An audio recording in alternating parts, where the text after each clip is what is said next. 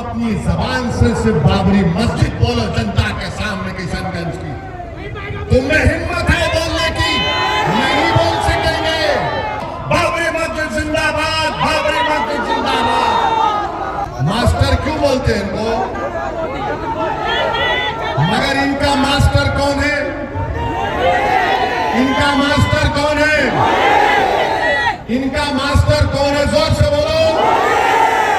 इनका मास्टर मोदी है। मास्टर मोदी के परिवार का याद रखो। मास्टर मुजाहिद मोदी के परिवार का है और अख्तरुल ईमान किशनगंज के गरीबों के परिवार का है। मोदी ने कह दिया कि सीमांचल में घुसपैठी घुसते हैं। घुसपैठी कौन है? आप तमाम घुसपैठी मोदी ने कह दिया, क्योंकि ये मोदी के परिवार का है। मास्टर, तुम्हारे बाप को सामने लाकर बिठाओ, हमसे बहस करो। मैं चैलेंज कर रहा हूं जावेद को और ये मास्टर को, तुम अपनी जबान से सिर्फ बाबरी मस्जिद बोलो जनता के सामने किशनगंज की। तुम्हें हिम्मत है बोलने की? नहीं बोल सकेंगे। डरेंगे, कांपेंगे, इनकी रूह निकल जाएगी। इनको दिखेगा मलेकुल मौत सामने खड़ा है। किसने पार्लियामेंट में खड़े होकर कहा सुनो बाबरी मस्जिद जिंदाबाद, बाबरी मस्जिद जिंदाबाद? 300 बीजेपी के एमपीज के सामने पूरी पार्लियामेंट में सन्नाटा हो गया। ये क्या कह रहा? मैंने कहा सच्चाई को बयान कर रहा हूं। जब तक जिंदा रहूंगा सच को बोलूंगा। जालिम को देखकर अपनी जबान पे कॉम्प्रोमाइज नहीं करूंगा। जमीन का सौदा करने वालों का नाम ममलिकत के हाथ मुस्लिमीन नहीं है।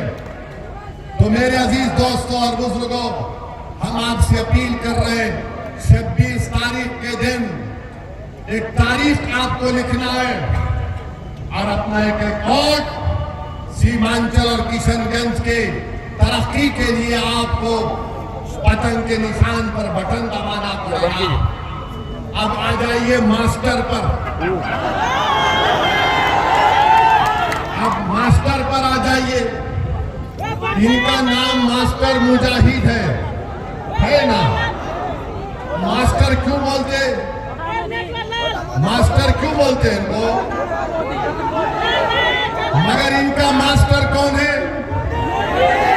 इनका मास्टर कौन है? इनका मास्टर कौन है? जोर से बोलो। इनका मास्टर मोदी है।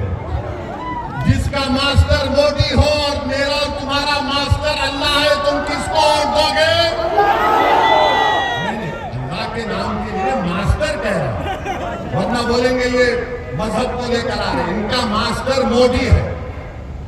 और फिर हर बीजेपी वाला कह रहा है हम मोदी के परिवार के हैं, बोलते हैं ना। और हर बीजेपी वाला बोल रहा है हम मोदी के परिवार के हैं। मास्टर मोदी के परिवार का याद रखो। मास्टर मुजाहिद मोदी के परिवार का है और अख्तरुल ईमान किशनगंज के गरीबों के परिवार का है। मास्टर मोदी के परिवार का और अख्तरुल ईमान किशनगंज के गरीब और मजलूमों के परिवार का। जो मोदी के परिवार का है वो ट्रिपल तलाक का कानून लाएगा। जो मोदी के परिवार का है वो सीमांचल से इंसाफ नहीं करेगा। जो मोदी के परिवार का है, मोदी ने कह दिया कि सीमांचल में घुसपैठी घुसते हैं। घुसपैठी कौन है? आप तमाम घुसपैठी मोदी ने कह दिया, क्योंकि ये मोदी के परिवार का है। CAA का कानून NPR NRC से आएगा। अब ये मास्टर जाकर बोल रहे ज्ञान बांट रहे। नहीं, CAA का कानून सिटीजनशिप देने का है, देने का नहीं है। मास्टर, तुम्हारे बाप को सामने लाकर बिठाओ, हमसे बहस करो। सिटीजनशिप का कानून से NPR NRC का ताल्लुक है। CAA का कानून सिटीजनशिप के कानून से उसका ताल्लुक है। और याद रखो मास्टर, अगर NPR NRC होगा तो किशनगंज की किसी गवर्नमेंट की बिल्डिंग में तुम्हारा नाम लिखा जाएगा और कोई बीजेपी संगी जाकर कहेगा कि मास्टर के नाम पर मुझे एतराज है, तो मास्टर आपको अपने दादा का बर्थ सर्टिफिकेट लाकर दिखाना पड़ेगा। दिखाओगे तुम? नहीं दिखा पाएंगे, कोई नहीं दिखा पाएगा। भी एनपीआर एनआरसी करना चाहता है, हम तमाम को शहरियत से महरूम करना चाहता है। ये बीजेपी जेडीयू के लोग, ये मोदी परिवार के लोग हैं, हम गरीबों के और मजलूमों के परिवार के लोग हैं। याद रखो, आसाम में एनपीआर एनआरसी हुआ, सुप्रीम कोर्ट के बोलने पर 20 लाख लोग के नाम नहीं आए, उसमें 2 लाख मुसलमान थे। मैं नहीं कह रहा हूं, आसाम का मुख्यमंत्री हेमंत बिस्व शर्मा कह रहा है कि जो मुसलमान नहीं है उनको CAA कानून के तहत भारत की शहरियत दी जाएगी। और वो 2 लाख मुसलमान क्या करेंगे? वो फॉरेनर्स कोर्ट ट्राइब्यूनल में अपना मुकदमा लड़ेंगे। तो मेरे अजीज दोस्तों और बुजुर्गों, इसीलिए हम आपसे अपील कर रहे हैं कि 26 अप्रैल के दिन किशनगंज में आपको एक तारीख मनाना है। डरने और घबराने की जरूरत नहीं है। हम अगर जीत कर जाएंगे इंशाअल्लाह ताला तो 10 साल हमने बराबर फिरका परस्तों के खिलाफ हमने वोट दिया है। हमने फिरका परस्तों का साथ नहीं दिया है, बल्कि जब नीतीश की हुकूमत बनी उस वक्त स्पीकर का इलेक्शन हुआ तो अख्तरुल ईमान और हमारे तमाम एमएलएस ने राजद का साथ दिया था ना अख्तर भाई, स्पीकर के इलेक्शन में, डिप्टी स्पीकर के इलेक्शन में। मगर मैं क्यों कह रहा हूं अख्तरुल ईमान को कामयाब करो? मेरे भाई, आपकी आवाज कौन बनेगा?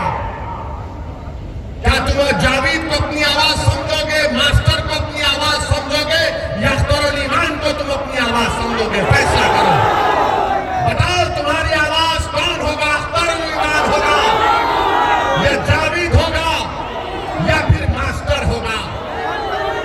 अख्तरुल ईमान आपके दिलों में छुपे हुए जज्बात को अपनी जबान पर लाकर बातिल ताकतों के ऐवानों को हिलाकर रख देगा और कहेगा सीमांचल से इंसाफ होगा, किशनगंज से इंसाफ होगा। 5 साल में ये कुछ नहीं बोल सके, कुछ नहीं बोल सकते ये पार्लियामेंट में। अरे हमारा भाषण होता तो बैठकर सुनते हैं जावेद। कभी कभी दिल में ख्याल आया कि जावेद साहब कुछ तो सीख लेते हमारी इस भड़काऊ भाषण जो हम देते हैं पार्लियामेंट में। तो बहरहाल मेरे अजीज दोस्तों और बुजुर्गों, आप